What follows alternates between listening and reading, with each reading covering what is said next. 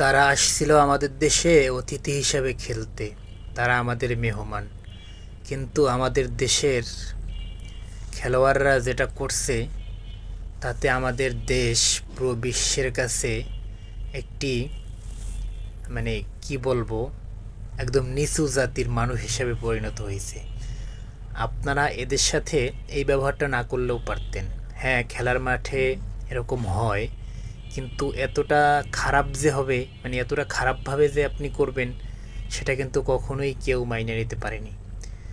আর এখানে আম্পায়ার আছে, তারপর একটা নিয়ম আছে, শৃঙ্খলা আছে, সেটাকে তোয়াক্কা না করে সরাসরি এভাবে কাউকে আঘাত করা, হ্যাঁ, তাও আবার পা দিয়ে, এইভাবে করাটা আসলে কতটা খারাপ দেখাইতেছে, বা এখন ভিডিওটা যেভাবে মানুষ দেখতেছে, পুরো বিশ্ব দেখতেছে, সেটাতে বাংলাদেশের জন্য কতটা ঘৃণিত একটি কাজ হয়েছে সেটা আসলে ভাষায় বলা যাবে না।